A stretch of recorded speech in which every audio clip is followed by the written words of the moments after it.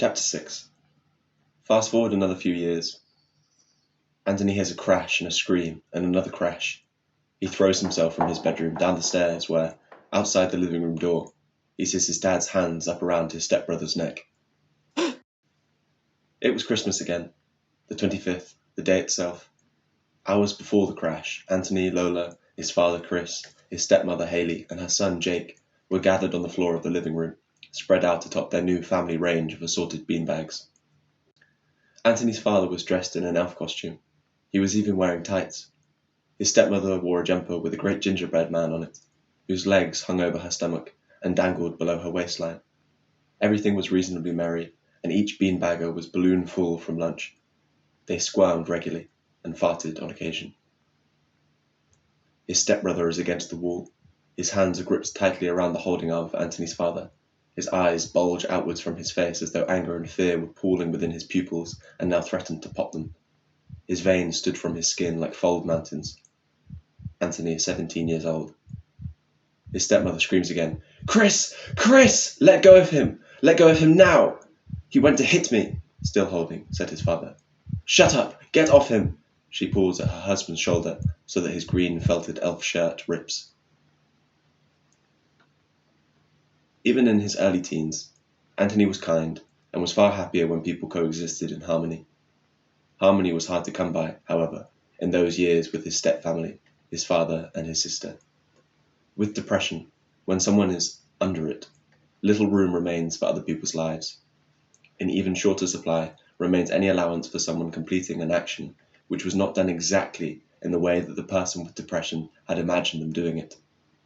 In the days when Anthony's father walked around enshadowed by his dark, vicious cloud, the house turned into one giant eggshell. Every response was an unfortunate consequence of Anthony's attitude, and the house had to be as clean as a ravenous puppy's bowl. His father's presence was like a phantom's hand concealed in the wall, reaching out from the plasterboard to extinguish anyone's flame whenever they dared to try and shine or enjoy themselves. What compounded the issue was that Anthony's stepmother and his father sealed themselves away in their bedroom like Swiss gold. Dinner was usually eaten on trays. Anthony's father's body was also weak from a lifetime's worth of self-flagellation, and weakened to a tired, stubborn shell when anxiety and unease rested upon his thoughts. Years later, Anthony would realize that his father's body was the heartbreaking conclusion of a heart that did not hold love for itself, and whose mind sought sympathy and affection as a reward for ripping the tendons and muscles and tissues of the vehicle that carried it around, stapling your own finger to be awarded a plaster and a kiss. Anthony goes to say something but chokes. His stepbrother chokes too. The word "stop" remains clogged in his throat like a stubborn dog refusing to jump in the boot of a car.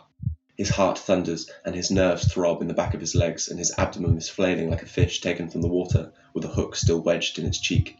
Words, fucking little pieces of shit, bastard fucking words. The shirt rips open more. Anthony's dad's shoulder is scratched and bleeding slightly. His stepmother's face is deep red, contrasted more by her blonde hair. "Let him go now!" Anthony's blood boils, curdles, sours. He screams inside.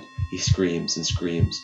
Every muscle, like the fishing line before the sorry fish was ripped from the water, taut like a tightrope. The important lesson here to learn is what materializes in the absence of community. What happens when the nest stops working harmoniously? Well, what happens is the nest gets sick, the ants too, and most crucially, across all species and all tribes, communication, getting shit out there, making yourself seen so that other people can read you. Ants wear their intentions literally outside of themselves. We hide things inside of ourselves. Things grow in the dark. They fester.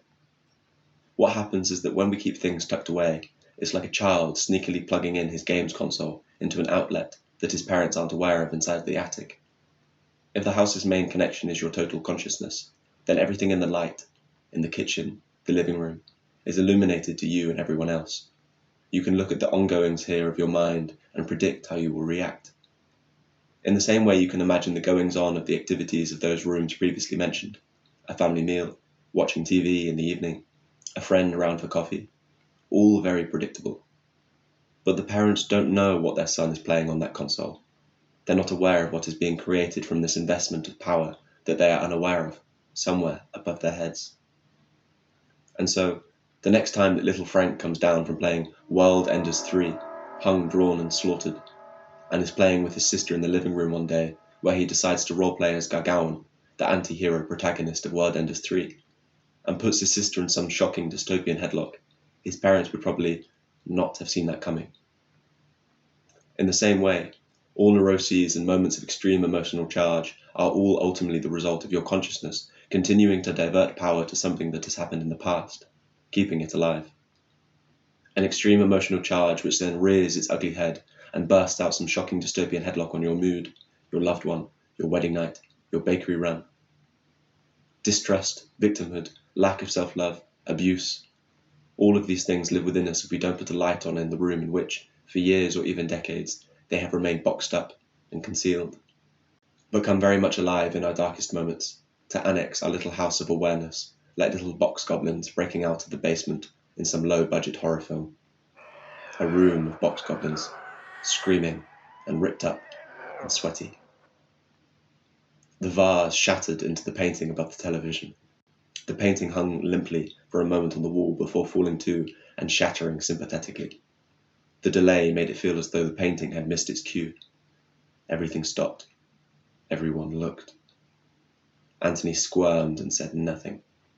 His eyes darted around the room, the remnants of the blue vase he had thrown, his father, his stepmother, his stepbrother on the floor. He looked at the front door. Escape. Get out. Anthony edged out of the room meekly, opened the door, and left into the evening.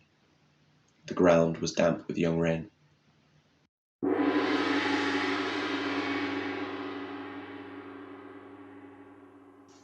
Dude, you'd be able to hear that. You're not interested? No, I am.